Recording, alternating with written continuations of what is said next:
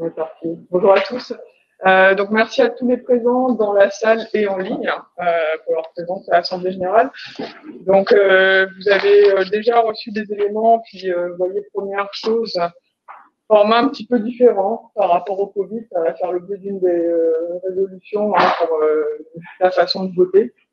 Donc on a un programme assez chargé aujourd'hui, des renouvellements de mandats aussi.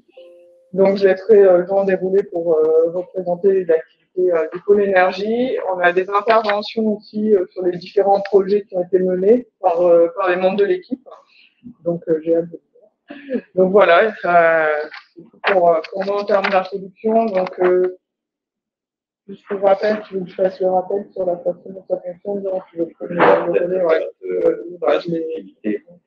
Voilà, donc pour quelques points techniques, si jamais vous ne nous entendez pas, faites-nous des messages par le biais du chat sur le webinaire. On soit sûr que vous nous entendez bien.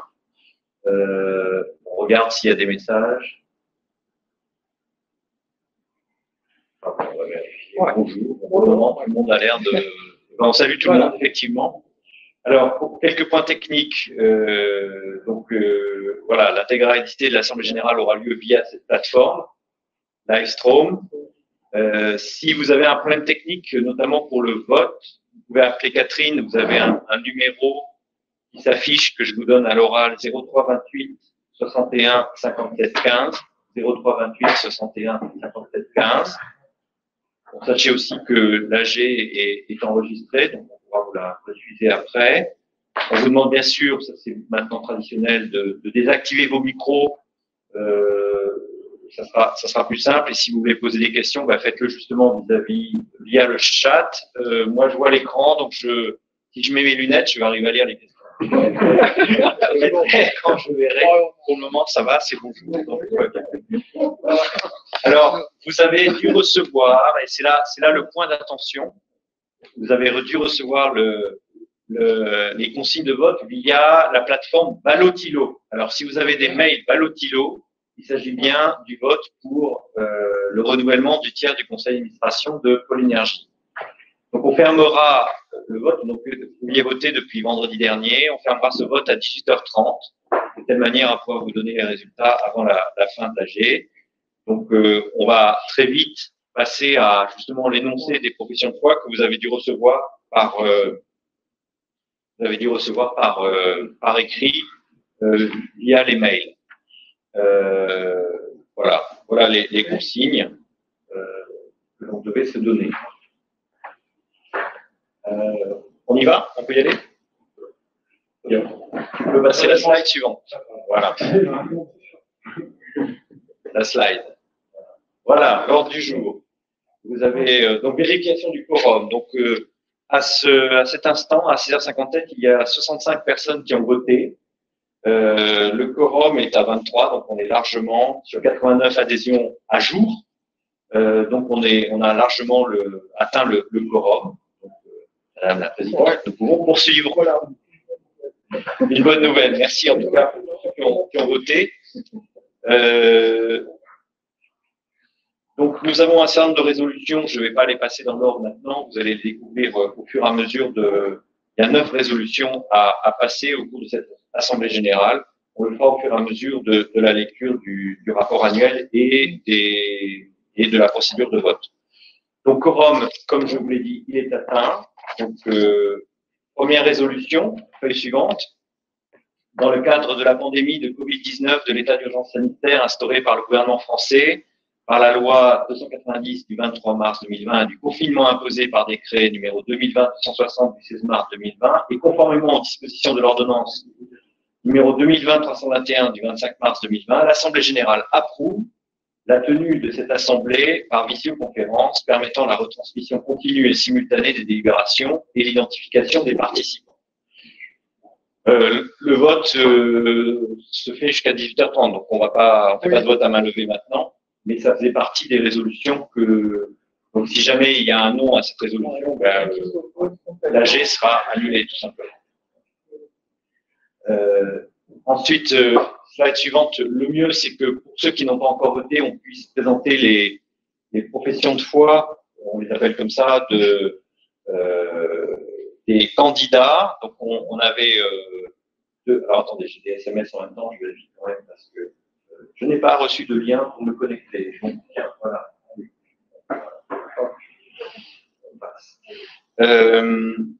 Il faut le lire, c'est dans ses spams, c'est toujours ça. Voilà. Alors, je lis les professions de foi. Donc, ETC, c'est Ecotech Ceram.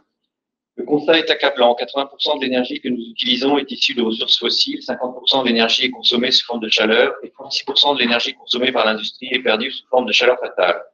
Nous devons agir et valoriser ce gisement. Ingénieur, docteur en énergétique, lauréat du prix des innovateurs ArcelorMittal et responsable du groupe de travail stockage thermique à la T2E, j'ai fondé Ecotech Ceram pour apporter aux industriels et collectivités des solutions clés en main, techniques et financières. La région des Hauts-de-France est la région la plus émettrice de chaleur fatale, haute température, et c'est la raison pour laquelle ETC s'est installé à proximité du port industriel de Dunkerque. Avec l'aide du pôle énergie, nous allons réaliser des économies d'énergie, limiter la consommation de ressources fossiles, réduire drastiquement les émissions de CO2, améliorer la compétitivité des entreprises et relancer la croissance du territoire avec la création d'emplois durables. Merci pour votre confiance. Donc, ça, c'était la profession de foi de la société ETC, donc qui est candidat dans le collège entreprise. Et ensuite, la société Engie, DK6, exactement. DK6 exploite une centrale à cycle combiné de 790 MW située à Dunkerque en valorisant les gaz sidérurgiques d'ArcelorMittal. Nous sommes ancrés dans ce territoire dunkerquois et sommes un acteur majeur de l'économie circulaire, mise en œuvre par de nombreux acteurs du Dunkerquois. Au vu des travaux de Pôle Énergie sur la chaleur fatale et l'efficacité énergétique industrielle, il m'apparaît naturel de participer à ces dynamiques qu'anime le pôle sur ces sujets. À titre individuel, je suis depuis 12 ans dans le groupe Engie et auparavant chez Copelli, j'ai travaillé sur les questions d'efficacité énergétique dans l'industrie.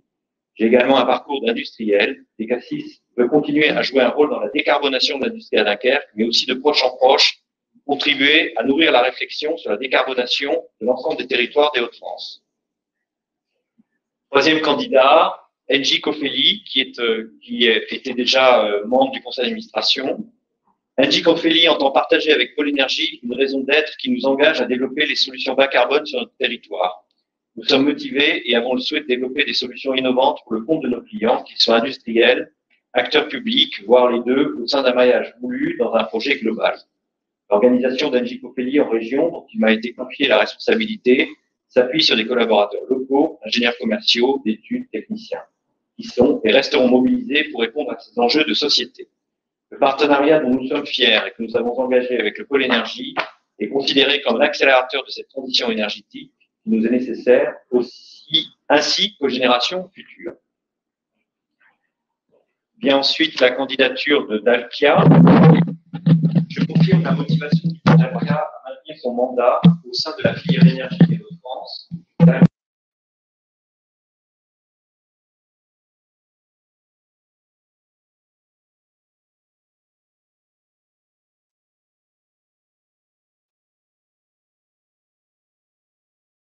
Privé et public d'un même territoire. Les idées doivent s'initier ensemble afin de faire émerger des projets structurants.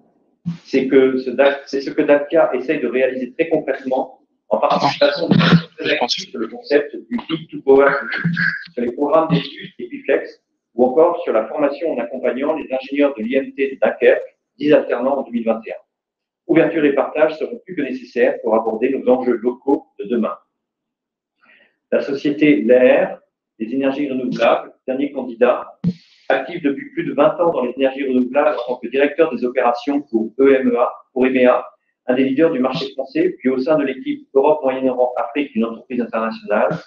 J'ai créé LER, basé à Saint-Omer, il y a 4 ans, pour aider les industriels et les collectivités à monter leurs projets d'énergie renouvelable, hydrogène, éolien, solaire. Je souhaiterais m'impliquer activement dans l'action de Pôle Énergie, avec notamment les objectifs suivants: intégrer et développer les TPE, PME et formations dans les Hauts-de-France dans le domaine de l'énergie, participer au développement du mix énergétique sans religion sur les technologies, mais dans un souci économique et environnemental, être pragmatique dans la mise en œuvre des solutions électriques et d'économie circulaire pour l'industrie, la mobilité et le power to gas. Voilà, donc c'était les 5 candidats pour 3 postes dans le collège entreprise. Cela dit, tout le monde vote. Et je passe maintenant à la lecture des professions de foi du collège innovation. Il y a 2 postes et 2 candidats. les choses seront certainement plus simples. Le pôle Médée qui renouvelle sa candidature. Depuis 2010, le pôle Médée, maîtrise énergétique des entraînements électriques, rassemble des entreprises et des académies autour de projets collaboratifs de recherche, développement et innovation dans le génie électrique en Haute-France. Être membre du conseil d'administration de Pôle Énergie nous permet de maintenir un dialogue permanent entre nos deux structures, une nécessité pour assurer la complémentarité de nos positionnements et de nos actions au service de la filière de l'énergie régionale. L'ULCO, Université de Littoral Côte d'Opale, qui est aussi un membre qui renouvelle sa demande de mandat. L'Université du Littoral Côte d'Opale s'est engagée depuis 2020 dans un plan stratégique de développement dont l'un des axes principaux concerne l'énergie et l'environnement. Cela a concerné plusieurs laboratoires de l'université, LOG, LPCA, UDSMM, USAID, à orienter leurs activités de recherche vers des thématiques en lien avec l'énergie, en collaboration avec les industriels de la région. L'offre de formation de l'ULCO comprend une nouvelle filière de l'école d'ingénieurs EILCO en énergie et environnement qui a ouvert ses portes à Dunkerque en septembre 2020 et qui est soutenue par les collectivités et les entreprises. Notre université joue ainsi un rôle notable via la recherche, l'innovation et la formation dans le développement de la filière énergie. Elle contribuera au sein du conseil d'administration de Pôle Énergie à l'animation de cette filière dans notre région. Voilà, donc cela, pour ceux qui n'avaient pas eu le temps de lire les propositions de loi qui vous ont été envoyées, cela vous a permis de vous faire une idée des candidats. Donc, vous pouvez voter dès maintenant sur la plateforme Ballotilo, c'est ça, hein? Si jamais vous ne l'avez pas eu, je vous redis le numéro de téléphone que vous pouvez appeler, 03 28 61 57 15. Voilà, pas trop sur mon portable parce que moi je suis occupé à vous lire le rapport moral. Je ne peux pas tout faire. Voilà. Alors, on passe à la lecture du rapport moral, si vous êtes d'accord. Alors, ce rapport moral, on a essayé de le rendre plus vivant cette année. Donc, les collaborateurs de Pôle Énergie vont présenter certaines choses qui ont été réalisées cette année. Et aussi, nous avons réalisé des vidéos auprès de certains membres. Donc, vous aurez des petits films qui vont passer, qui vont vous montrer comment comment vous, qui êtes les premiers acteurs de cette association, vivez le travail que nous essayons d'accomplir avec vous. Alors, avant cela, je voulais vous reparler, dans le cadre du rapport moral, on peut passer à la slide suivante, des adhésions. Nous totalisons pour l'année 2020 143 adhésions, donc c'est une croissance intéressante pour l'année 2020, malgré la situation du Covid. Donc, croissance du nombre d'adhérents, plus 10%. Nous avons fait plus 7% en 2019, donc c'est plutôt mieux. Et notamment aussi en cotisation, puisqu'on constate plus 25% de cotisation en 2020 par rapport à 12% en 2019. Vous avez la répartition par collège, c'est le collège entreprise, ce qui n'est pas forcément étonnant, qui enregistre la plus forte croissance. Le collège d'innovation, lui, reste stable. Voilà. Si l'on fait à la slide suivante la répartition de ces cotisations, alors oui, donc 28 nouveaux adhérents en 2020, 16 retraits, donc plus que l'année d'avant, mais une répartition que vous voyez sur la carte, donc on couvre l'ensemble du territoire des Hauts-de-France, avec bien sûr une majorité sur l'axe Lille-Valenciennes, le littoral Flandre-Boulonnais, donc toute la Côte d'Opale, qui fait un bon tiers, on va dire. La Picardie, 8%, c'est quelque chose d'assez similaire à 2019. Des adhérents hors région qui, quelque part, montrent l'attractivité de la région par rapport à des prestataires ou des solutions énergétiques qui sont situées hors de la région. Les entreprises représentent 73% de nos adhérents, les collectivités 22% et les universitaires 6%. Alors, ensuite, nous avons des indicateurs que nous demande la région pour son financement. Donc, nous avons visité 163 entreprises en 2020. Nous avons accompagné 77 entreprises. Il y a 1320 personnes ou entreprises qui ont participé à nos événements. Le nombre d'adhérents, je vous l'ai déjà donné, 143. Des études pour des projets structurants, 6. Et le chiffre le plus intéressant, que je trouve le plus intéressant, c'est 9 dossiers d'aide. Donc, ce sont des dossiers que nous avons montés pour des sociétés qui demandent des financements, que ce soit auprès de l'ADEME ou auprès de la région. C'est un chiffre qui est en nette augmentation et qui dénote d'une activité plus, comment dire, plus efficace, oui, on peut dire ça, pour l'énergie, en tout cas plus reconnue sur la question du financement dans la région. Ah oui, voilà, c'est bon, c'est les slides, c'est ça. Ah non, c'est pour qu'on entende. Ah d'accord, ok. Voilà. Un petit point sur les ressources humaines.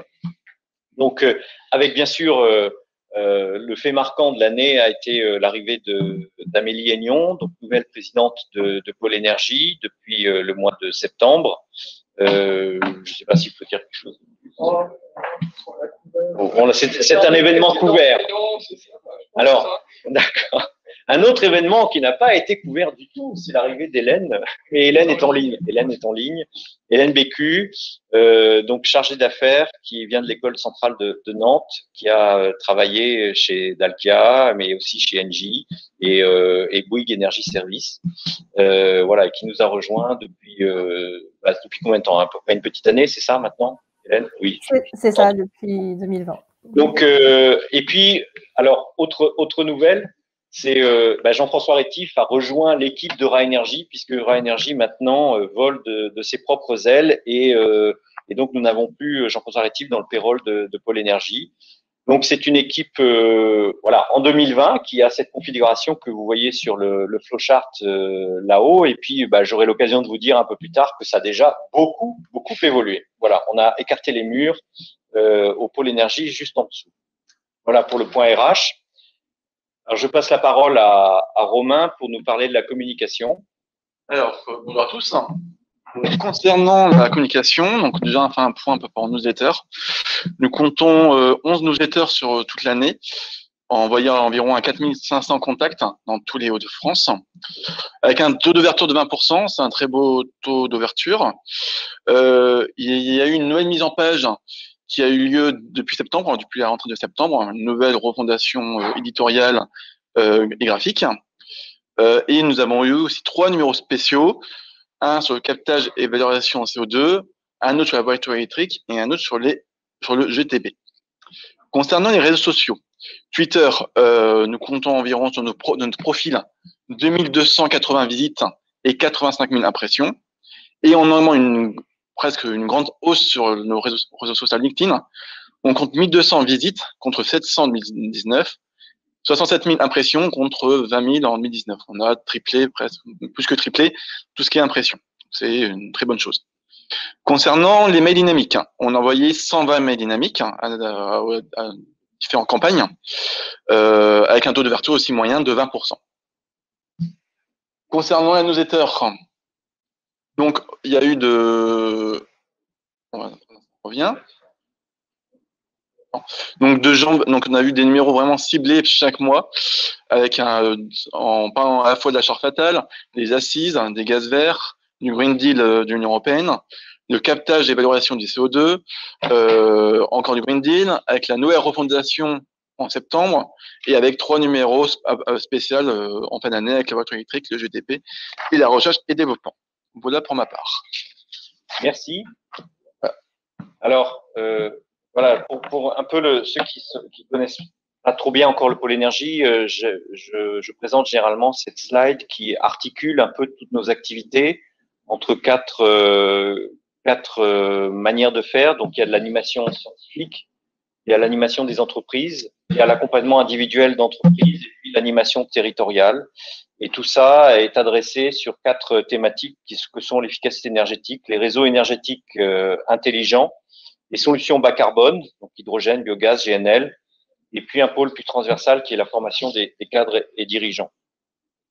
Alors on va passer en revue ces quatre pôles. D'abord ces pôles un peu transversaux qui sont l'activité scientifique et la contribution aux stratégies territoriales. Donc alors je vois qu'il y a une question là, je sais pas si non, c'est rien, c'est rien du tout, d'accord. Et on voit qu'il y a des problèmes de son, mais c'est réglé. C'est bon, c'est réglé. D'accord. Écoutez, on a un petit film à vous présenter pour entrer en matière dans dans ces premiers domaines d'activité que sont les activités scientifiques et la contribution aux différentes stratégies territoriales.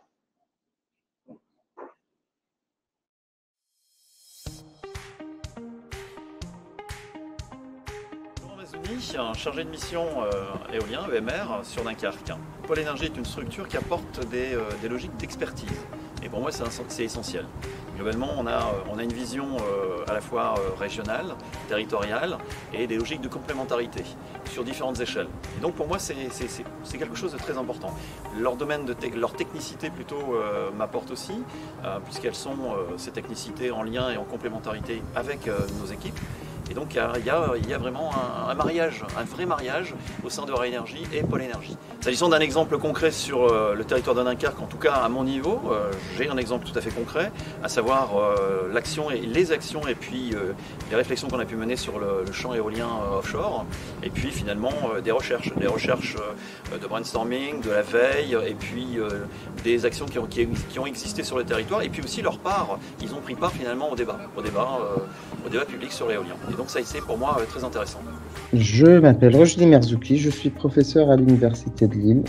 Je suis enseignant à l'école d'ingénieurs Polytech Lille et je suis chercheur au laboratoire Cristal, laboratoire des sciences du numérique. Projet Mimosa, c'est un projet qui rentre dans le cadre du programme, ou l'appel du programme européen Green Deal. Pôle Énergie, grâce à son réseau, nous a permis justement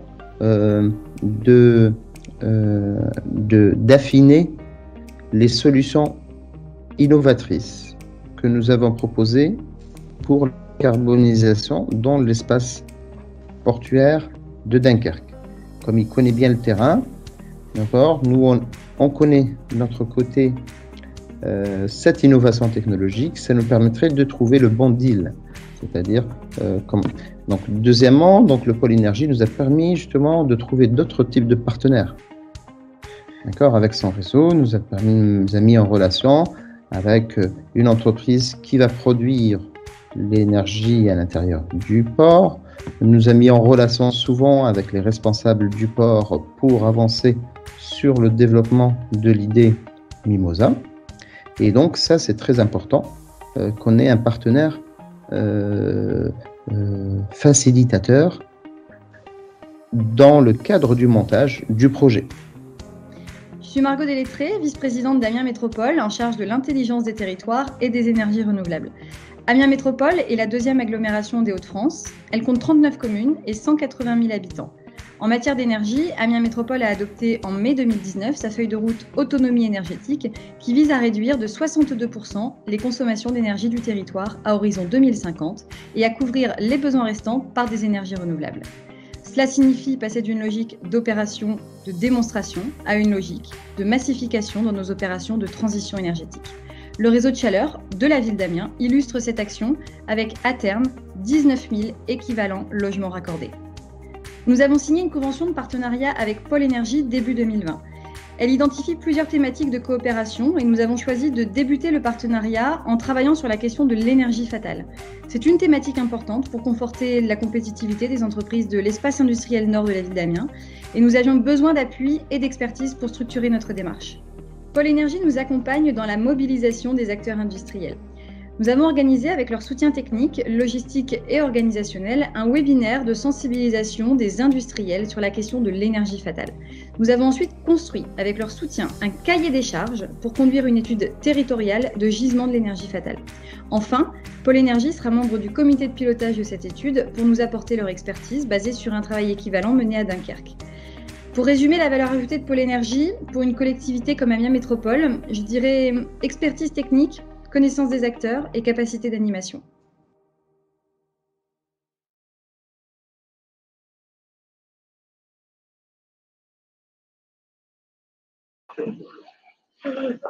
Voilà, j'ai la parole.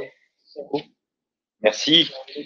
Voilà, merci pour ces témoignages. Alors, j'en profite pour remercier Romain qui a fait les déplacements, les films, le montage avec Esteban. Alors, sur ce collège, enfin sur ces activités scientifiques et l'accompagnement en stratégie territoriale, je retiendrai pour l'année 2020 le REV 3 Energy Day, la participation au DAS Énergie, la participation, en tout cas le début de participation, puisque ça a été concrétisé plus en 2021, à 2 projets dans le cadre du Green Deal. L'un avec EDF, avec Epiflex, on en reparlera, et puis l'autre justement avec l'Université de Lille, dont vous avez eu un témoignage sur l'hydrogène avec le port de Dunkerque. Et puis le lancement d'une offre de cours pour des écoles d'ingénieurs. Donc ça, c'est pour le collège scientifique. Et puis pour la stratégie régionale, il y a eu énormément d'études qui ont été menées par le pôle en 2020. Donc, on va pas les détailler ici. Enfin, on en détaillera certaines quand même. Il y a l'étude sur l'autoroute de la chaleur, donc que nous avons supervisée. Nous avons participé au COPIL d'une autre étude sur la valorisation du CO2, le captage et la valorisation du CO2 à Dunkerque également. Le projet Epiflex, on en a parlé tout à l'heure. Et nous avons démarré 3 études qui se termineront en 2021 sur des demandes de l'ADEME. Cela concerne la création d'un observatoire de l'emploi sur la méthanisation, le potentiel de méthanation des unités de méthanisation, et puis enfin la valorisation énergétique des eaux grises. Et puis je mentionnerai dans cette case de stratégie régionale et territoriale la participation à 2 débats publics importants pour le territoire de Dunkerque, c'est H2V d'une part, et puis le débat public sur l'éolien offshore, auquel nous avons participé et auquel M. Mazzoni faisait référence tout à l'heure. Et puis, je mentionnerai aussi une action qui n'a pas abouti, mais je crois que ça vaut le coup quand même de le mentionner, puisque nous avions repéré un appel d'offres, le Blending Call Safe Transport, pour fédérer des projets au niveau régional sur les nouveaux carburants. C'était un call complexe, mais en tout cas qui a permis de créer une certaine dynamique quand même au niveau régional. Alors, peut-être sur le REV 3 Energy Day, Romain, encore un petit focus. Donc, par rapport au REV 3 Energy Day qui a eu lieu début décembre 2020, donc pour la première fois de son histoire, il était en 100% digital dû à la crise sanitaire. Du coup, on a attiré près de 270 personnes. Ce fut pour nous une première fois. Donc, cet événement est en partenariat avec HDFID, UniREV 3, MEDE et la Fondation d'entreprise et cité. Donc, il y a une table ronde d'introduction par Frédéric Neus avec 4 industriels. Donc, nous avons eu Neoeco, Gazonor, EDF et Partenaire Habitat, ainsi avec une intervention de Philippe Vasseur comme conclusion.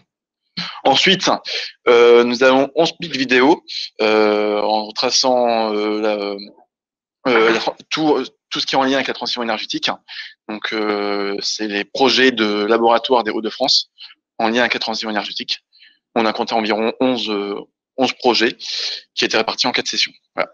Et en conclusion, il y a eu le challenge des doctorants, sponsorisé par EDF, Dalkia, GRT Gaz et RTE, où il y a eu 8 travaux et il y a eu 6 retenues. Voilà. Et aussi, on peut retrouver toute l'intégralité de cet événement et ainsi que les pics vidéo sur le showroom de l'énergie, rev3-energie.fr. Voilà. Merci Romain. Je voulais également qu'on fasse un focus sur cette offre de cours que l'on donne aux universités et aux écoles d'ingénieurs. Donc c'est Adrien. Oui, bien sûr. Du coup, l'objectif de ce développement d'offres de formation était de pouvoir former les nouveaux étudiants qui seront demain sur le marché du travail et dans le monde de l'énergie aux enjeux de l'énergie de demain et surtout aux aspects plutôt concrets de la transition énergétique en région particulièrement. Donc l'idée était d'abord de contacter un certain nombre d'écoles d'ingénieurs pour identifier leurs besoins et à quel point on pourrait y répondre dans l'avenir. Donc on a pu contacter un certain nombre d'écoles d'ingénieurs et plusieurs ont pu marquer leur intention comme HEI, l'ISA, l'ICAM, l'ESCOM et l'EILCO. Parmi ces écoles d'ingénieurs, un certain nombre d'offres de cours ont pu être développées en fonction des besoins qui n'étaient pas fournis à date. Donc, on retrouve principalement l'hydrogène dans la transition énergétique, qui est un sujet nouveau sur lequel il y a peu d'intervenants et de formateurs qui peuvent intervenir. Le développement des ENR électriques, les enjeux de valorisation de chaleur fatale dans les réseaux de chaleur et les enjeux climatiques et principalement la valorisation du CO2, donc c'est-à-dire les CCUS, donc captation, stockage, utilisation et valorisation du CO2.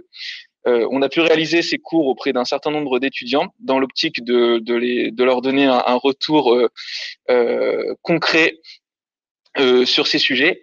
Le taux de satisfaction est assez élevé puisqu'on a fait un questionnaire à chaque fin de restitution de cours pour permettre aux étudiants de s'exprimer et les étudiants ont fourni un taux de satisfaction supérieur à 85%. Les retours négatifs étant principalement liés au format des cours qui était nécessairement distanciel dû aux enjeux Covid et du coup à l'aspect moins dynamique lié à ce format. Les aspects plutôt positifs de ces cours étaient surtout axés sur l'aspect pragmatique et l'aspect concret des solutions qui étaient présentées. Le fait de pouvoir proposer des ordres de grandeur, que ça soit d'un point de vue énergétique, d'un point de vue carbone et d'un point de vue financier sur les différentes technologies proposées, et du coup un recul également critique sur la place, la pertinence et le potentiel de chaque technologie et l'intérêt qu'elle peut représenter dans la transition énergétique. C'est des sujets qu'on compte continuer à développer auprès de plus d'écoles et évidemment il y en a plein d'autres qu'il faudrait aller prospecter sur lesquels on n'a pas pu encore y aller. Il y a déjà un certain nombre d'écoles d'ingénieurs sur lesquelles on a pu fournir des cours qui se sont déjà positionnés pour avoir des nouveaux cours sur ces sujets et d'autres les années suivantes. Et donc c'est un pôle qu'on souhaite continuer à développer au sein du pôle énergie puisqu'il a pu montrer sa pertinence et sa compétence dans la formation des nouveaux acteurs de l'énergie de demain. Et j'ajoute, Adrien, si tu me permets, que ces cours sont tout à fait adaptables à des publics professionnels. Donc, n'hésitez pas à nous solliciter si vous voulez aller plus loin sur cette technologie, avoir un premier aperçu, comprendre les modèles économiques qui sont derrière. C'est tout à fait des choses qu'on est en mesure de faire. Merci. Je vois là, vous parlez de l'essier Unilassal Amiens, mais bien sûr, on s'est visité en 2021. Et là, nous, notre rapport moral, il s'arrête au 31 décembre 2020, minuit. Et voilà, avec plaisir pour 2021. Donc, on s'est vu et on sait très bien qu'on a plein de choses à faire ensemble et je m'en réjouis. Alors, je voulais, sur la slide suivante, vous faire un petit retour sur cette étude d'une autoroute de la chaleur, parce que je pense qu'on en entendra parler. Donc, c'est une étude qui a été réalisée par Greenflex avec un financement ADEME, CUD, Chambre de commerce, Grand Port Maritime de Dunkerque. J'espère que j'oublie personne. Donc, vous avez là le tracé de cette autoroute de la chaleur. Bon, il est prévu, ce qui a été validé, en tout cas pour le moment, c'est qu'il y avait de quoi faire un réseau vapeur à 280 degrés, 25 bars. On l'a tronçonné, c'est le cas de le dire, en 4 tronçons. Peut-être plus on avance dans les tronçons de 1 à 3 primes, moins la solution est sûre, on va dire, en termes d'investissement des industriels. Donc, on voit bien que le tronçon 1 pourrait voir le jour et peut-être même le tronçon 2 assez rapidement. On pense. Alors, d'abord, on voudrait souligner la volonté du Dunkerquois de se fédérer autour d'un projet de cette ampleur, et on se dit que c'est si on peut parler comme ça, un très bon galop d'essai pour d'autres opérations beaucoup plus capitalistiques de fédération, enfin de mutualisation de projets autour de la décarbonation des usines, de l'industrie de Dunkerque à travers toutes les infrastructures qu'il faudra mettre en place au niveau du CO2.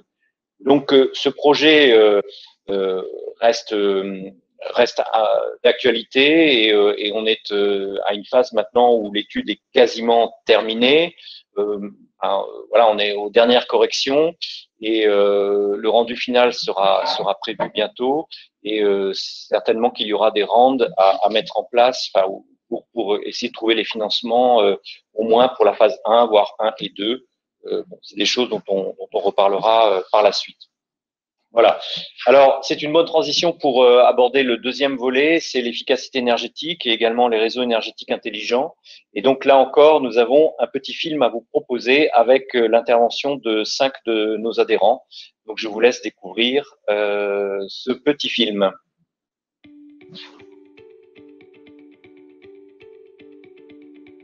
Enerbioflex est un bureau d'études spécialisé en énergétique pour le monde agricole. Nous accompagnons depuis 2016 des agriculteurs français qui souhaitent réduire leurs factures et ou produire de l'énergie renouvelable. Nous intervenons particulièrement dans le domaine de la méthanisation, qui est un procédé qui vise à transformer les déchets issus de l'agriculture en biogaz renouvelable. Pôle Énergie nous accompagne depuis la création de notre activité dans son développement. C'est un excellent relais au niveau de la région pour la prise de contact avec les institutionnels et les industries du secteur. Il réalise par ailleurs pour nous une excellente veille réglementaire et technologique que nous apprécions particulièrement. Enfin, Pôle Énergie nous aide dans le montage et la réalisation de dossiers de subvention pour nos travaux de recherche et également pour le financement des travaux et des investissements de nos clients. Olivier Pascal, je suis directeur commercial d'Alkia Nord-Ouest, membre de Pôle Énergie et très heureux de pouvoir contribuer au Pôle Énergie. Pôle Énergie, c'est la filière énergie des Hauts-de-France, impliquée dans toutes les facettes énergétiques de ce beau et fabuleux territoire. Très heureux de collaborer sur des sujets de développement économique, sur des sujets de recherche et développement, sur des sujets d'emploi et formation, recherche et développement avec un sujet particulier, le Heat to Power to Heat, sur lequel nous sommes considérablement impliqués aux côtés de l'ADEME, d'Enertime et bien sûr du Pôle Énergie qui mobilise tous les acteurs sur ce sujet. Alors, Gilles David, Enertime, PDG d'Enertime. Enertime, c'est une PME industrielle installée à Courbevoie, en Ile-de-France. Enertime offre des solutions dans le domaine de l'efficacité énergétique et de la récupération de chaleur fatale aux industriels.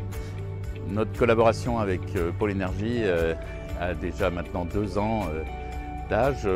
Pôle Énergie est un excellent partenaire pour nous qui nous permet d'aller dans les Hauts-de-France, de rencontrer les industriels, de monter des partenariats. Pôle Énergie est vraiment une structure avec laquelle on a réussi à travailler la main dans la main pour offrir des solutions d'efficacité énergétique et de décarbonation dans les Hauts-de-France. On est vraiment très content de ce partenariat et on souhaite le développer. On vient de signer un partenariat encore plus innovant dans le domaine de ce qu'on appelle le Heat to Power to Heat avec la société d'Alkia, Pôle Énergie et l'ADEME, et on est très content de ce type de partenariat qui font avancer la France. Donc, ma structure, c'est EDF R&D.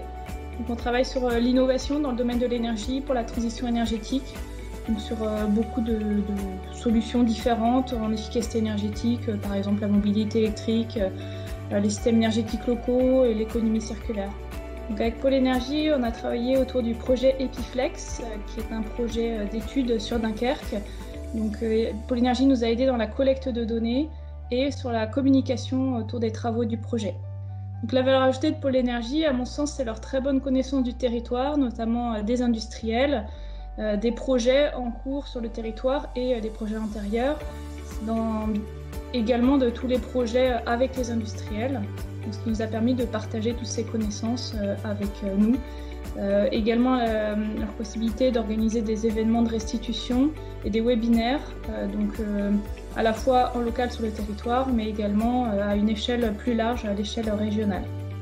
Je suis Alexandre Optinet, je suis en charge de Vanerom France, directeur en fait de l'entité Vanerom France, qui est un groupe belge. Vanerom est un fabricant concepteur à l'origine de mobilier pour l'éducation, et nous plus particulièrement on est fabricant et concepteur de tableaux, de surfaces de communication qu'on appelle maintenant de collaboration. On est parti en fait sur un bilan, sur le plus élevé des bilans, donc c'est le bilan de niveau 3 je crois, qui permet en fait d'avoir une vraie vision finalement des intrants et des sortants et de l'activité au niveau de son empreinte carbone. La valeur ajoutée, c'est vraiment de comprendre l'entreprise d'aborder des valeurs fondamentales, les valeurs de l'entreprise, sa mission et aussi sa vision, et en fait de proposer un cheminement qui finalement est dans la continuité des valeurs de l'entreprise.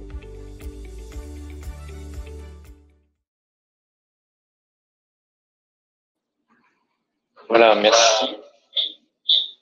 Alors, sur ce volet de l'efficacité énergétique, on pourrait reparler à nouveau de cette étude sur l'autoroute de la chaleur et puis d'Epiflex, mais on va en parler un peu plus à l'instant, ou de cette étude aussi sur la valorisation énergétique des eaux grises, mais on la terminera en 2021.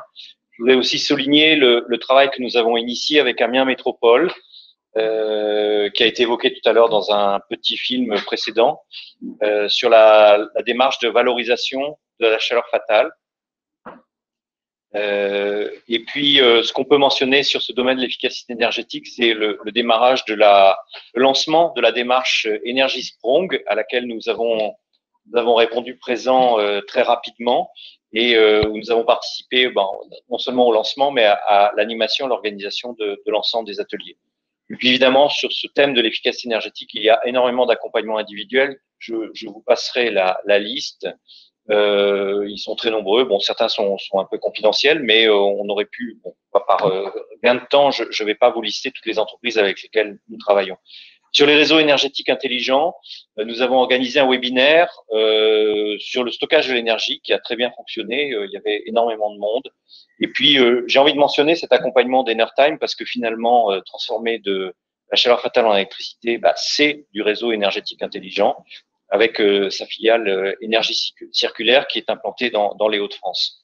Et puis, sur les ENR, nous avons un certain nombre d'accompagnements individuels que nous faisons. Donc, ce que je vous propose, c'est que je vais donner la parole à Hélène pour nous détailler un tout petit peu plus la démarche d'Energy Sprong. Hélène, c'est à toi.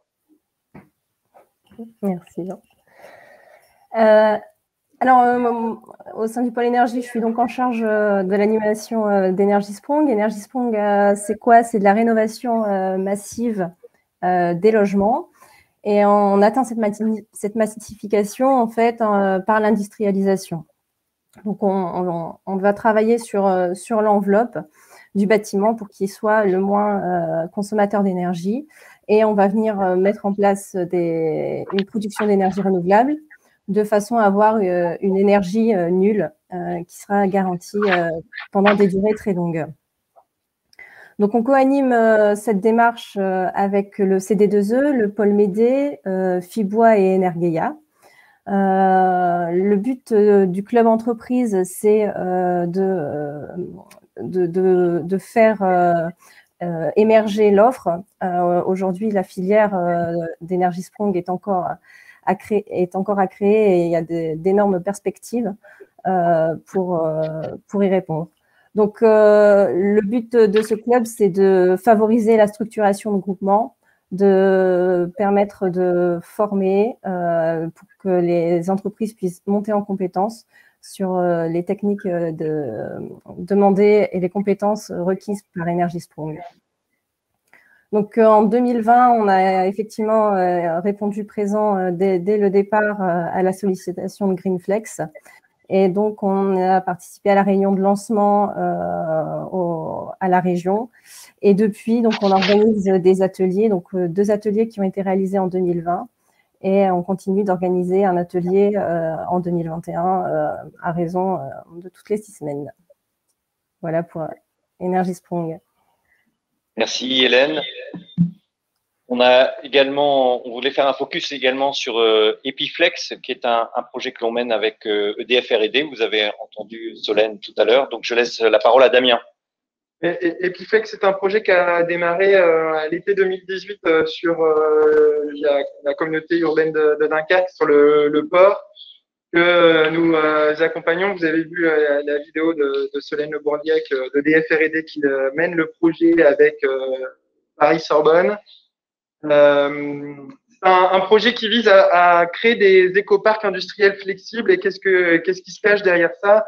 C'est des échanges qui vont au-delà de la chaleur entre les industriels des échanges multi-énergie, ce sont des échanges multimatières. Et donc, l'accompagnement du pôle dans un premier temps a été de rencontrer une bonne partie des industriels de la plaque, récupérer les données qui permettent de créer ce genre d'études, et puis animer un ensemble d'événements autour de cette étude pour la faire connaître et la diffuser, que ce soit auprès des industriels, mais aussi des collectivités. Un vrai projet de territoire. Un projet qu'on mène en bonne collaboration sur la plaque dunkerquoise avec les autres structures qui sont Eurénergie, Ecopel, la Gure, le port. Et c'est un projet qui aboutira en 2021, donc je pourrais vous montrer les solutions, j'espère, l'année prochaine, et des innovations que propose cette méthodologie. Merci Damien. Alors, un petit mot ensuite sur le heat to power to heat. Ça fait déjà 3-4 fois qu'on évoque ce terme un peu abscon qui veut dire convertir de la chaleur en électricité pour la reconvertir en chaleur. C'est une idée qui nous vient d'Enertime. Vous avez vu tout à l'heure Gilles David, son PDG, et que nous avons développé dans le cadre d'une étude que nous avions fait l'an dernier. L'idée, c'est quoi? C'est de s'affranchir de la distance pour pouvoir valoriser la chaleur fatale. La chaleur fatale, finalement, on sait faire des tuyaux d'eau chaude, mais les tuyaux d'eau chaude, on peut pas les amener au-delà d'une certaine distance, peut-être en Russie, mais on n'est pas en Russie ici. Donc, on va pas faire Dunkerque-Lille ou Dunkerque-Londres avec des tuyaux d'eau chaude. Alors, l'idée, c'est de se servir de vecteurs électriques comme lien entre le point de départ, le point et d'arrivée. Hélène, est-ce que tu peux nous en parler un peu plus? Je me suis laissé embarquer, en fait. Et à Hélène, pareil. C'est pas grave. Tu l'as très bien présenté. Donc, ouais, effectivement, l'idée, c'est de chercher des débouchés, en fait, au-delà de ce qu'un réseau classique pourrait proposer. Et donc, c'est de transformer la chaleur fatale via une ORC en électricité. Cette électricité qui sera ensuite transportée pour être consommée par une pompe à chaleur sur un autre point. Donc, soit à destination des industriels ou des réseaux de chaleur urbains. Et donc, par exemple, concrètement, ce que ça signifie, c'est que si on a, par exemple, 100 MWh de chaleur fatale qui est valorisable sur le point A, il va y avoir 20% du haut rendement de l'ORC qui sera transformé en électricité et 80 MWh qui partira pour les petits oiseaux. Et donc, l'idée, c'est que la pompe à chaleur, elle, prenne ces 20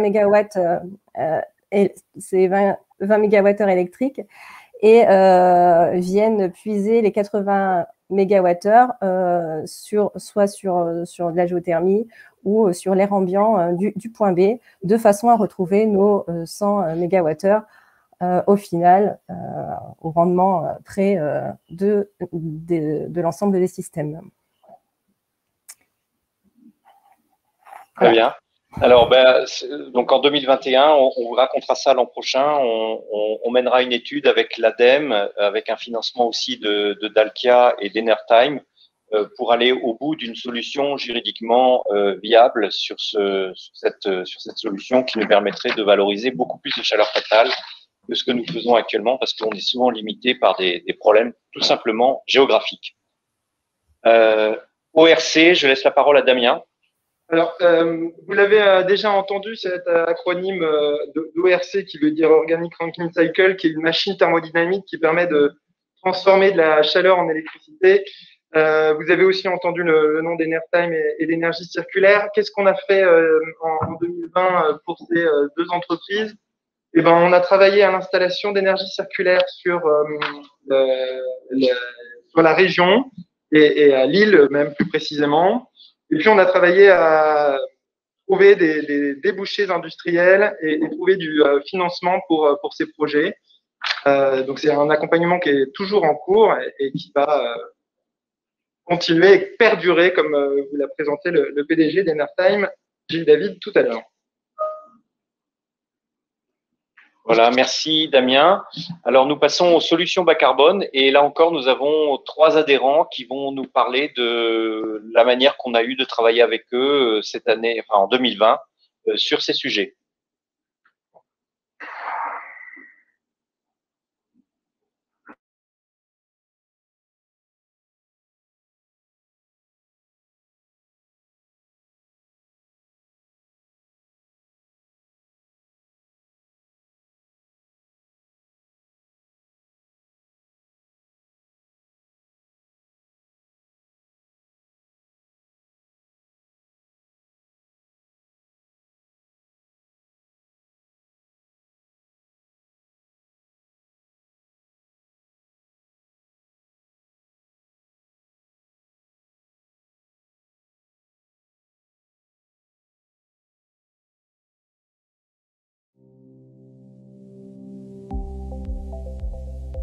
Energo est une société créée en 2018 qui développe une technologie de pointe pour la méthanation, qui est une brique technologique indispensable pour la production de gaz renouvelable. C'est une technologie développée dans des laboratoires publics parisiens principalement. Pôle Énergie nous a accompagnés dans notre souhait de déplacer les activités d'Energo du 5e arrondissement parisien jusqu'en région dans les Hauts-de-France. Donc principalement, Pôle Énergie nous a accompagnés sur l'ouverture de son carnet d'adresses, à la fois politique et industriel, et dans la recherche d'un lieu pour l'implantation d'Energo. Je dirais que la grosse valeur ajoutée de Pôle Énergie, c'est la qualité de ses équipes, avec une compétence technique indéniable. Ce sont des gens qui comprennent notre technologie, qui comprennent nos marchés. Ce sont également des gens qui nous apportent un soutien très important dans le financement de notre développement. Donc ça, c'est vraiment la plus grosse valeur ajoutée. Et enfin, je dirais la flexibilité et la rapidité d'exécution de Pôle Énergie. La société H2V Industrie, filiale de la société Samfinvest, est une société française pionnière dans le développement de projets de production massive d'hydrogène vert produit par électrolyse de l'eau à partir d'électricité d'origine renouvelable. Des 2 projets qui sont dans une phase de développement avancée, il y a H2V 59, le projet qui s'implantera sur la commune de Lot-Plage, au cœur du domaine portuaire de Dunkerque. C'est un projet de production de 28 000 tonnes d'H2 renouvelables qui représente 230 millions d'euros d'investissement et créera 70 emplois directs. Depuis une paire d'années, une véritable collaboration entre le pôle et notre société s'est mise en place, tant pour faire connaître le vecteur énergétique hydrogène que le projet H2V 59. En 2020, Pôle Énergie a valorisé notre entreprise dans ses newsletters, nous a invités à participer à des webinaires, a soutenu notre candidature dans des appels à projets et nous avons pu mobiliser le pôle lors de notre concertation préalable. En 2021, la collaboration a démarré avec une action forte, celle de la délégation France Hydrogène Hauts-de-France. En juin, nous participerons ensemble aux journées H2 dans les territoires et nous avons aussi des projets collaboratifs sur le déploiement d'hydrogène dans les ports qui sont en cours. La valeur ajoutée de Pôle Énergie tient aux caractéristiques de la structure. Compétences, réseau. Le pôle est force de proposition, événements, webinaires. Nous sommes régulièrement associés, consultés, mobilisés. Pôle Énergie est certes une association, mais elle est concentrée sur la satisfaction de ses adhérents comme une entreprise le ferait pour ses clients, véritablement offreur de services. Et cela grâce à la réactivité de toute l'équipe. Bonjour à tous et à tous, je m'appelle Luc Dioui, je travaille chez ENGIE en tant que délégué territorial sur le versant sud des Hauts-de-France, soit l'Ex-Picardie, et je suis rattaché à la direction régionale qui est basée à Lille et son directeur Julien Patin.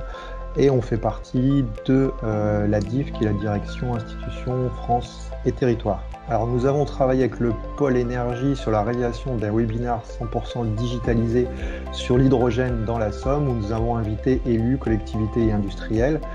Ce fut une belle réussite avec une 50aine de personnes connectées. Alors la valeur ajoutée du Pôle Énergie, on peut dire qu'il nous a vraiment épaulés puisqu'il a participé à une mission de rédaction du mémoire de la réponse à la NIH2 de mars qui a été faite par la CCE2SO avec l'aval des partenaires dont ENGIE fait partie.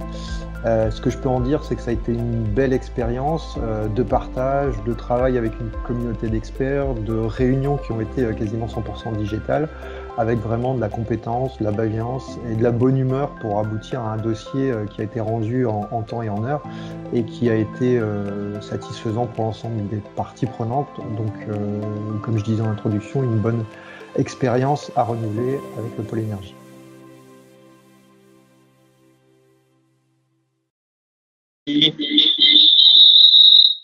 Voilà, donc on peut reprendre la page suivante.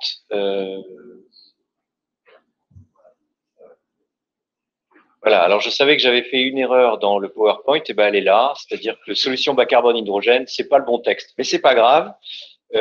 Solution. Alors, ce qui concerne l'hydrogène, c'est pas le Rêve 3 Energy Day puisqu'on en a déjà parlé. Il y a un copier-coller qui s'est. Bon, ce qu'il faut retenir, c'est bien sûr la candidature que l'on a portée c'était déjà en 2019, me semble-t-il, pour les journées hydrogène et territoire de ce qui s'appelait l'AFIPAC, qui s'appelle maintenant France Hydrogène, et que nous avons instruit tout au long de l'année, même si on a dû reporter l'événement. C'est également la préfiguration du corps hydre. Donc, vous savez qu'il y a le corbi, il y a le coréi, il y a le coresol, et bien maintenant, il y a le corps hydre, donc collectif opérationnel régional de l'hydrogène, que l'on articule avec le fait que l'on a candidaté, Pôle Énergie a candidaté pour être le délégué régional de France Hydrogène, puisque France Hydrogène a voulu avoir des délégués régionaux partout dans tout le territoire français. Et donc, je peux vous le dire, hein, puisque c'est fait maintenant, c'est fait en 2021. Effectivement, nous remplissons ce rôle maintenant. Et donc, ces deux structures, corps hydre et délégation régionale, vont s'articuler pour ne pas faire deux fois le même travail, mais pour être bien dans la même direction, à la fois vis-à-vis de France Hydrogène au plan national, pour être une voie de transmission dans les deux sens, et puis pour être co-animateur de la feuille de route régionale de l'hydrogène avec les équipes de la mission TRI du Conseil régional, notamment Lucas Toussaint. Alors, sur l'hydrogène, il y a eu d'autres actions, voilà, comme je l'avais dit, on a participé au débat public pour H2V. Il y a eu des accompagnements, la cible de ZESO, ça a été dit, d'Èvre sa mère, et encore d'autres projets. Donc ça, c'est l'hydrogène. Un autre sujet, je passe le slide, dans mon sens.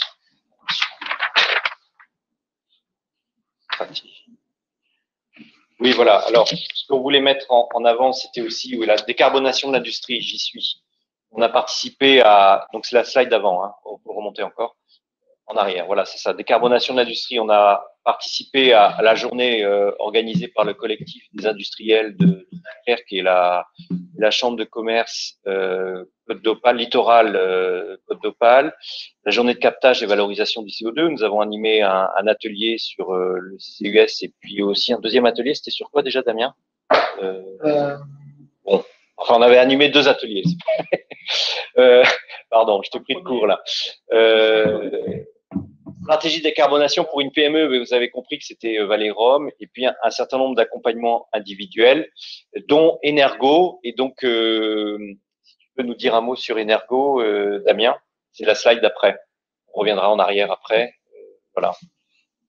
Energo, c'est une entreprise, une start-up, vous l'avez vu tout à l'heure, vous avez vu son directeur, qui a développé une solution totalement innovante de méthanation. La méthanation étant un procédé qui permet, en prenant du CO2 et de l'hydrogène, de produire un méthane de synthèse.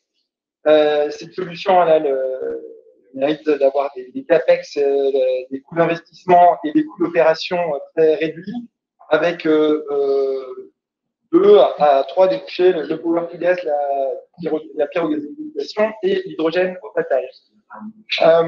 Quelles ont été les actions du pôle en 2020 ? Eh bien, nous avons aidé l'entreprise à s'installer sur le territoire, hein, puisqu'ils viennent de Paris. On a été chercher les financements associés et puis on les a mis en relation avec l'écosystème régional, que ce soit l'écosystème côté financement, mais aussi côté industrie. Voilà, c'est à mon avis, là aussi, un projet dont vous entendrez parler à notre AG de 2021. Voilà, il faut un peu de teasing. Alors, il y a Energo, puis il y a une autre chose dont on voulait justement un peu plus vous parler, c'est la stratégie de décarbonation. Donc, c'est un peu une ligne qu'on a construite en 2020 et on espère qu'on pourra faire plus de projets. Donc, Adrien va nous en parler un peu plus. C'est la slide suivante. 。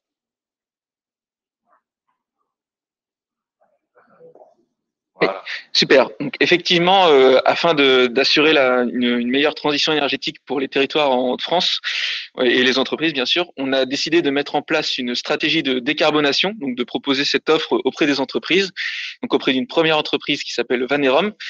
Cette stratégie se décompose en deux étapes. Dans une première étape, la réalisation d'un comptage exhaustif des émissions de gaz à effet de serre de l'entreprise.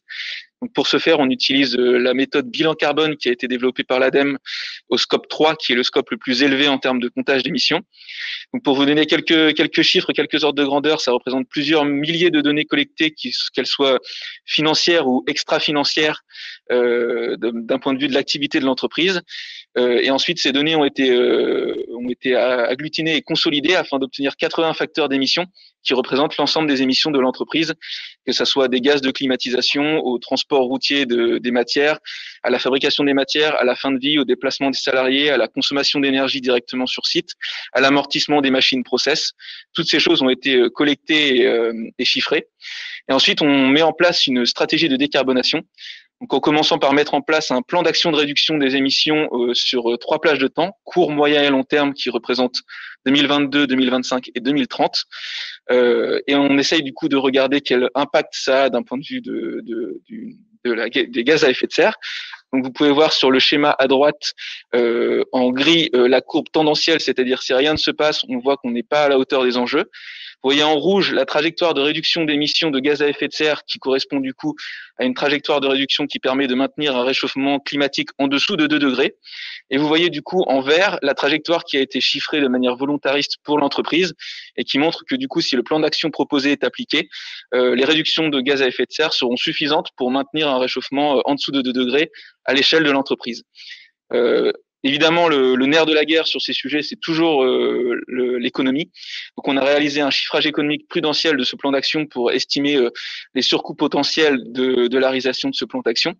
Et puisqu'il y a un surcoût, on a ensuite décidé de proposer un certain nombre de stratégies de conciliation pour permettre à l'entreprise d'avoir à la fois une projection et une activité pérenne dans l'avenir, mais qui, du coup, ne se heurte pas avec les enjeux climatiques. Donc, dans l'idée de vraiment avoir une cohérence entre le développement de l'entreprise et sa stratégie climatique, du coup en cohérence bien évidemment avec les valeurs de l'entreprise, ces propositions stratégiques incluaient du coup des extensions et des modifications du modèle d'affaires de l'entreprise. Donc c'est une première réalisation qu'on a pu lancer et terminer en 2020.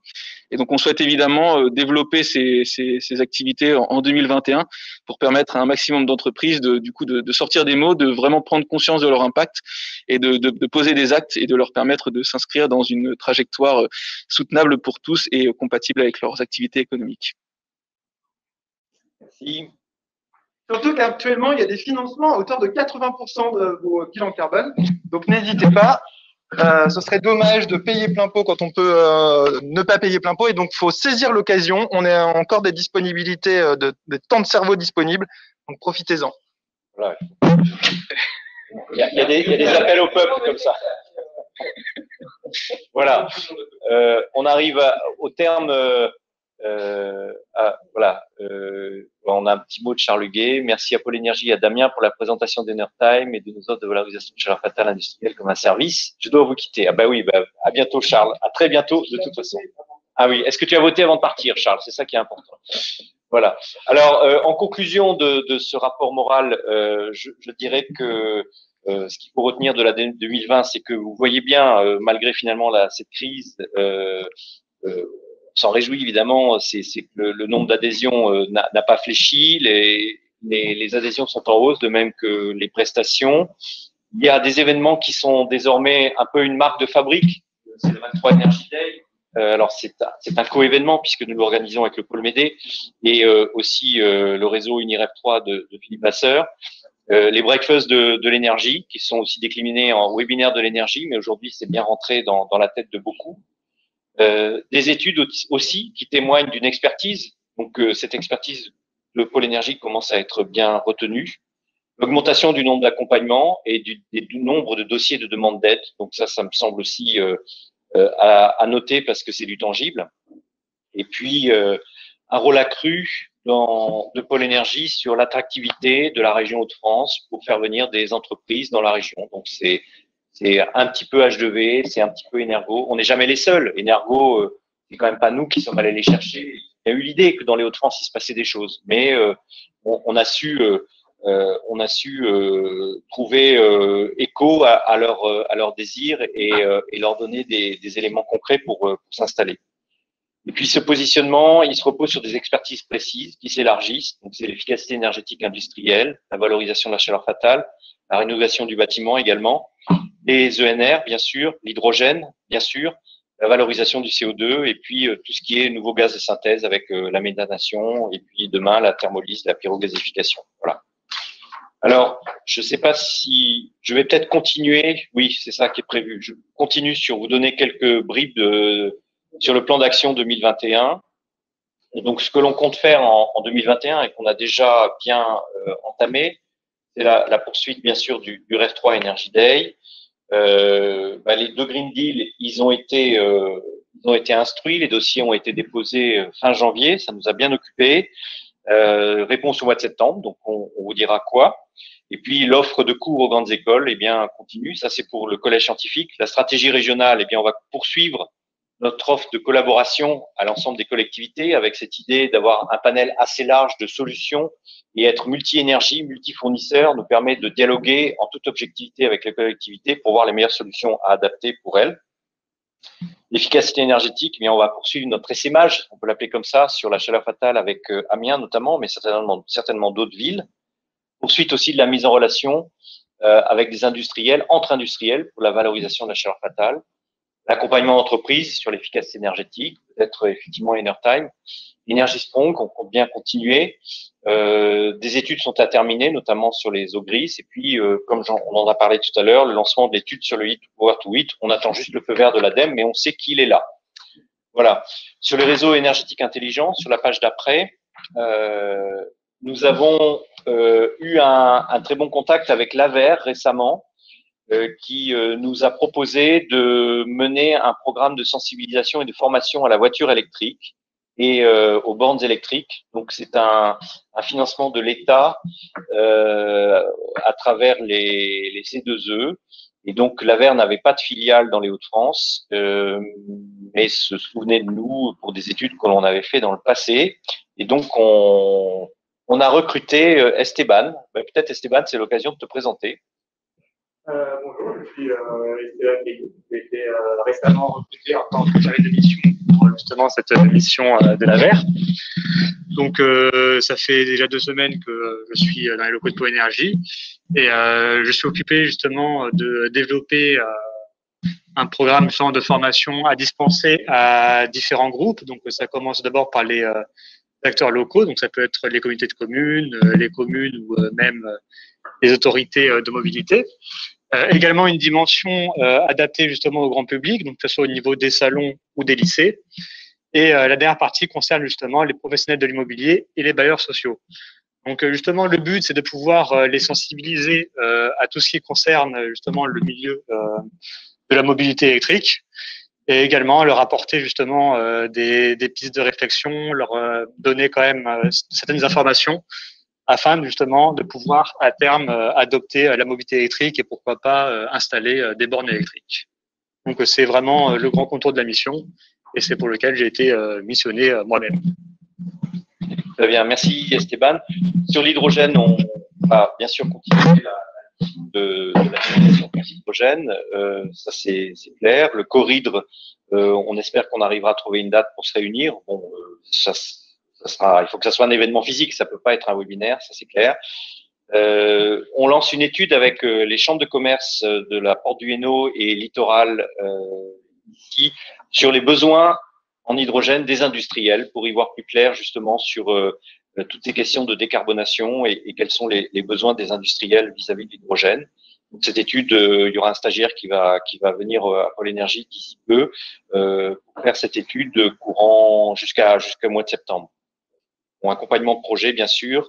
Et puis, nous avons commencé à élaborer une feuille de route pour le territoire de Dunkerque sur l'hydrogène parce qu'on s'aperçoit qu'il y a des enjeux spécifiques à Dunkerque en raison des volumes d'hydrogène qui seraient requis pour justement décarboner l'industrie dunkerquoise.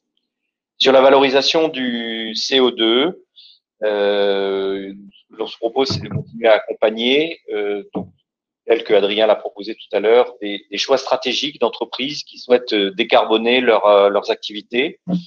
Il y a cette étude méthanation, donc comment dire, les possibilités de méthaner là où il y a des unités de méthanisation. Donc c'est quelque chose que l'on finira cette année. Et puis il y a le projet Equinor avec Northern Light, donc qui est un projet d'enfouissement du CO2 en dessous de la mer du Nord. On a toujours en tête de faire un événement autour de ça, mais le Covid nous en empêche pour le moment. Côté biogaz, nous continuerons à accompagner Méthania comme nous l'avons toujours fait. Alors, ça c'est voilà en gros les grandes lignes du programme d'action de 2021. Nous prévoyons d'augmenter, il n'y a pas de raison que ça diminue le nombre d'adhérents, c'est la page suivante. Donc passer à 150 adhérents. Les ressources humaines, c'est là où il y a une petite explosion des chiffres. C'est possible d'aller à la slide suivante? Ah oui, ça arrive, on a des décalages. Non? Ah si, c'est ça. Voilà, donc on a embauché un chargé de mission. Il y a également un ingénieur qui va nous rejoindre, qui s'appelle Grégory. Je ne sais pas s'il est en ligne. Je ne sais pas si on peut lui donner la parole, c'est pas possible. Au moins qu'il se présente. Donc Grégory de Smith, s'il est là et si on peut lui donner la parole, on va essayer. Et puis les stagiaires, donc il y en a plusieurs. Il y a un stagiaire qui accompagne Romain pour prévoir les journées hydrogène qui vont nous prendre quand même de l'énergie. On a un stagiaire qui aide Hélène sur un projet d'efficacité énergétique auprès des lycées agricoles. Et puis, qui me manque-t-il? Ah oui, j'ai parlé d'un stagiaire qui arriverait pour l'étude sur les besoins en hydrogène des industriels. Ce qui fait que le budget augmente considérablement, mais ce qui nous rassure, c'est que quand on fait le tour de notre carnet de commandes prévisionnel début 2021, on s'aperçoit qu'on a largement les moyens de couvrir ce budget. Donc voilà, le budget passe à 900 000 euros contre 700 000 euros. Bon, voilà. Pardon? Ah voilà, Grégory. Est-ce que tu peux nous dire deux mots, qui tu es? Alors, on t'entend pas. Il faut mettre ton micro.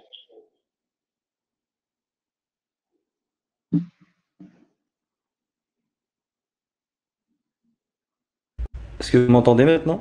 Très bien, très bien. Oui, bonjour à tous, Grégory Desmond, du coup. Je vais rejoindre le pôle énergie fin mai, là, donc ça c'est imminent en tant que chargé d'affaires du coup. Et donc pour me présenter rapidement, je suis ingénieur ICAM, j'ai 28 ans et en termes d'expérience, je travaille chez SKF, donc dans l'aéronautique, aujourd'hui en tant que chargé d'études. Et j'ai aussi une expérience en thermal management, donc dans une petite start-up en Belgique. Voilà. Allô? De vous accueillir à Pôle Énergie, parce qu'on a bien besoin d'être épaulé, parce qu'on a beaucoup de travail. Voilà. Et on sent que ça va turbiner avec votre expérience chez SKF. Voilà. Merci. Alors, je pense que j'ai terminé avec ce qui est bilan moral, plan d'action, et je laisse la parole à notre ami comptable. Donc, avec le même plaisir, je vais vous présenter les comptes de la structure. Donc, en trois parties. Le compte de résultat, le bilan et l'annexe, quelques éléments de l'annexe. Donc, en matière de compte de résultat, je précise que pour la première année, votre association présente ses comptes selon les dispositions du règlement de l'ANC 2018. Donc, c'est une forme un petit peu différente. On en a parlé lors du conseil d'administration qui a arrêté les comptes. Donc, on présente les comptes de façon un petit peu différente, mais à la fin, bien évidemment, on va constater toujours le même excédent ou le même déficit s'il y avait déficit. Les produits d'exploitation de la structure s'élèvent à 880 000 euros contre 767 000 euros l'année précédente, une augmentation de 14%. En face de ces produits d'exploitation, la structure constate des charges d'exploitation s'élevant à 872 000 euros pour 794 000 euros l'année précédente, soit une augmentation de 18%. Dans ces charges d'exploitation, eh bien, nous avons des autres achats et charges externes pour 274 000 euros, des impôts pour 26 000 euros, des salaires et traitements pour 390 000 euros, des charges sociales pour 161 000 euros et des dotations diverses pour 4 000 euros. Enfin, des autres charges pour 17 000 euros, principalement l'étude de la TVA sur le secteur d'activité lucratif. Soit un résultat d'exploitation s'élevant à 8 500 euros ou un résultat d'exploitation de 32 000 euros l'année précédente. Corrigé de quelques éléments financiers et de quelques éléments exceptionnels non significatifs, la structure constate au titre de l'exercice un excédent de 5 000 euros, 5 144 euros, montant arrêté, excédent arrêté lors de votre conseil d'administration, arrêté par votre conseil d'administration. Voilà pour le compte de résultat présenté selon les directives l'ANC 2018-06 et à préciser que la structure eh bien, constate des produits pour 880 000 euros. On va quand même rappeler que la structure eh bien, bénéficie de 663 000 euros de subventions diverses, dont la subvention du conseil régional et de la CUD, et la structure eh bien, constate 216 000 d'autres produits spécifiquement, donc à savoir les cotisations d'adhérents qui sont passées de 106 000 à 106 000 contre 83 000 euros l'année précédente, et également diverses prestations d'assistance à maîtrise d'ouvrage ou de conventions refacturées.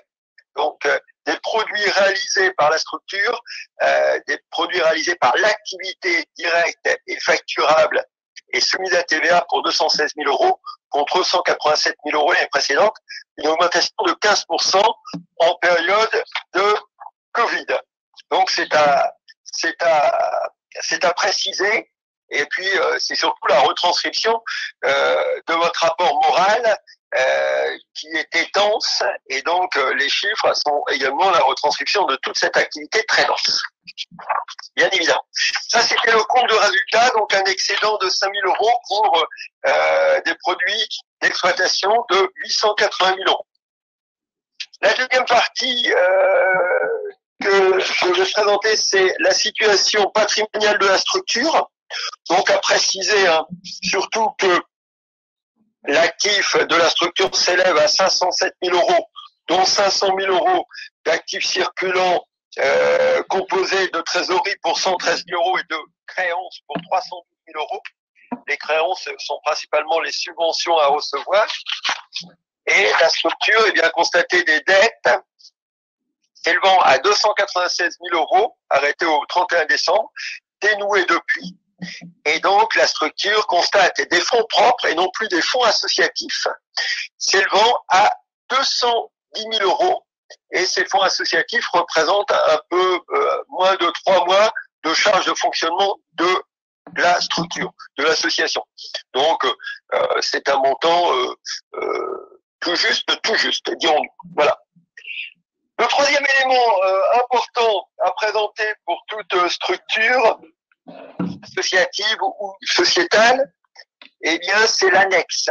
Surtout cette annexe, cette année en période de Covid, eh bien, nous avions arrêté et lu, je ne vais pas le lire ce soir, sinon je perds la moitié des troupes, mais un paragraphe sur la Covid-19, donc en précisant que au titre de l'exercice 2020, principalement, eh bien, la structure, l'association n'a pas eu recours au PGE.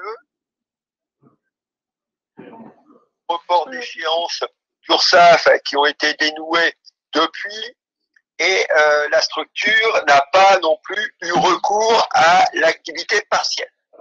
Et au titre de l'exercice 2021, en cette période toujours un peu troublé, eh bien, on précise que l'association souhaite poursuivre son développement en matière de financement privé, et ce qui entraînera un accroissement de son effectif. Et enfin, on sait que c'est peut-être une période de crise sanitaire, mais cette période a quand même amené Pôle Énergie à travailler différemment. Et les perspectives de mission pour l'année 2021 sont très encourageantes pour des raisons diverses. Le secteur de l'énergie reste un secteur prioritaire et peu affecté par le ralentissement économique. Et il est porté par des plans de relance divers, régionaux, nationaux ou européens. Voilà les quelques éléments que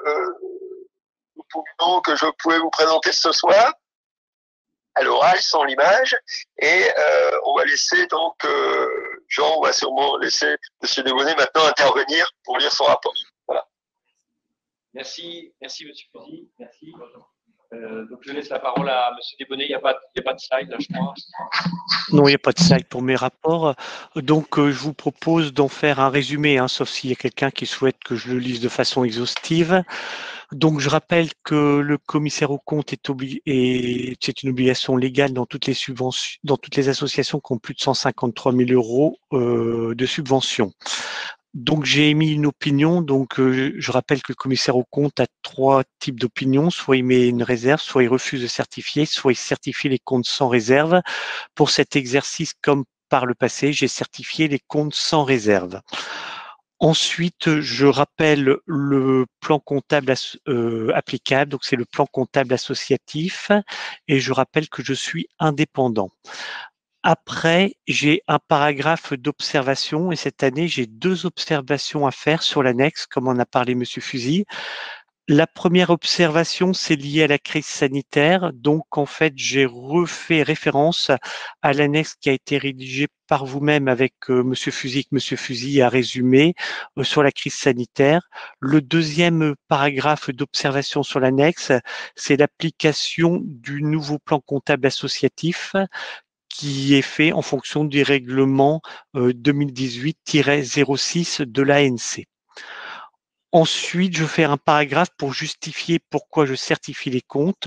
Donc, je rappelle que d'abord, on est dans un contexte bien particulier lié à la crise sanitaire et j'ai regardé notamment les subventions qui sont un poids significatif dans votre association sur lesquelles je n'ai pas d'observation à faire. Ensuite, il y a un paragraphe qui s'appelle vérification spécifique. C'est lié à la vérification des informations financières qui vous ont été présentées ainsi qu'au texte de résolution sur lesquels je n'ai pas d'observation à faire. Et ensuite, il y a 2 paragraphes. Un paragraphe sur la responsabilité du commissaire aux comptes ainsi qu'un paragraphe sur la responsabilité de la présidence de l'association. Voilà, donc ça c'est le premier rapport, c'est le rapport sur les comptes. Donc si vous avez une chose à retenir, c'est une certification sans réserve avec 2 paragraphes d'observation, un sur la crise sanitaire et un lié à la réforme du plan comptable associatif. Ensuite, il y a un deuxième rapport qui est beaucoup plus simple, c'est le rapport spécial sur les conventions réglementées. Cette année, au titre de l'exercice clos au 31 décembre 2020, il y a une absence de convention réglementée, donc je fais un rapport avec une absence de convention réglementée. Alors, résolution numéro 2, l'Assemblée générale approuve le rapport moral présenté par la présidente et le rapport d'activité 2020 présenté par le directeur de l'association et vote du quitus au président pour la gestion de l'année 2020. Bon, donc on verra le résultat. On l'a. Donc en fait, même sur la résolution 1, elle a été approuvée donc à 100%. Et avec 6 personnes qui ne sont pas prononcées. La résolution 2 est approuvée, donc le oui l'emporte à 100% sur le non, on a 59 9 qui ne se prononcent pas.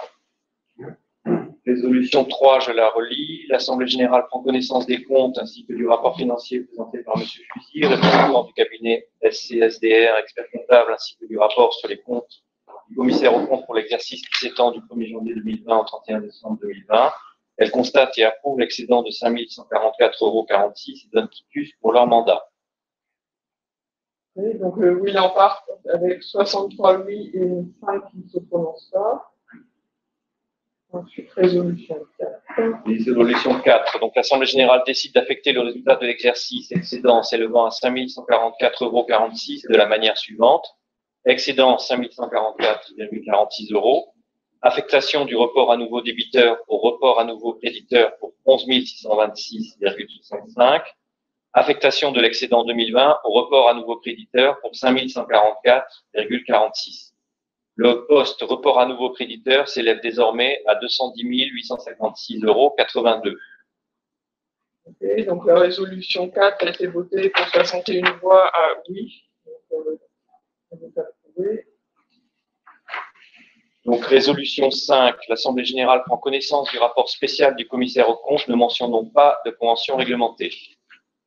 Ok, donc elle est également approuvée avec 100% sur le oui. Donc après, on rentre le renouvellement des administrateurs. Donc les candidats, je ne les représente pas, ils ont déjà été présentés. Résolution 6, dans le collège entreprise, les membres adhérents sortants suivants d'Alkia, Engie Copelli, souhaitent renouveler leur mandat de 3 ans expirant à l'Assemblée générale sur les comptes clos au 31/12/2023. Engie Green ne souhaite pas renouveler son mandat. Donc, ça, c'est c'est approuvé. Donc, les votes qui ont été donnés pour le collège entreprise. On va le donner après parce que ça vient qu'après, oui. Parce que j'ai la résolution 7. Donc, résolution 7. Dans le collège innovation, les membres adhérents sortants suivants, Paul Médé et Lulco, souhaitent renouveler leur mandat de 3 ans expirant à l'Assemblée générale sur les comptes clos au 31/12/2023. C'est la résolution 7. Oui, c'est ça. Si la 6 sur le collège entreprise, elle a été approuvée aussi, c'est ça? Oui, mais par contre, ah oui, donner. Donc, sur la 6, il y a eu 34 voix pour LER, les énergies renouvelables, 33 pour Ecotech Ceram, 30 voix pour Engie Copelli, 29 pour Dalkia et 27 pour Decathlon. Donc, c'est les 3 premiers qui étaient retenus pour le collège entreprise.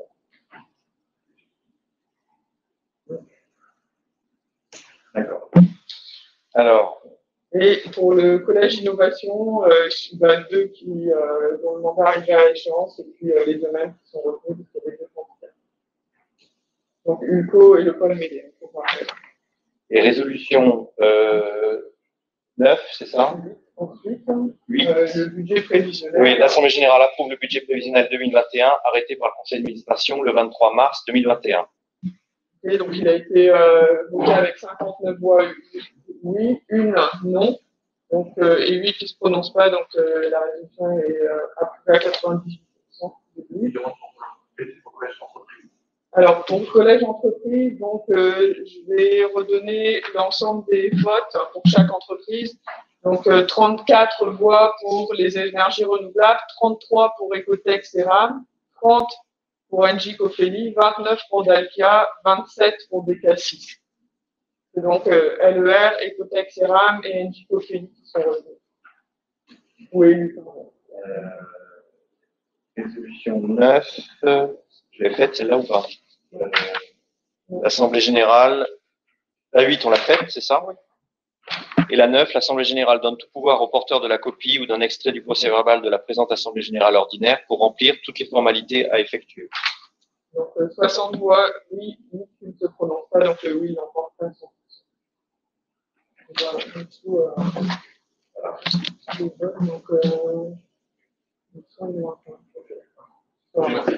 oui, bah, avec le masque aussi. Ok, donc merci à tous d'avoir voté. Je pense que ça a bien fonctionné. Peut-être qu'on dû être accompagné par Catherine au fil de la réunion. Je ne sais pas, mais en tout cas, je pense que c'est un bon résultat et merci d'avoir fonctionné comme ça en ligne. C'est un peu nouveau, il faut s'adapter. Point de vue technique, merci à toute l'équipe de l'avoir rendu possible. J'espère qu'en ligne, c'était plus facile à suivre comme ça, enfin, pouvoir voir en direct. Donc voilà, on a déjà entamé l'année 2021. Largement. Largement.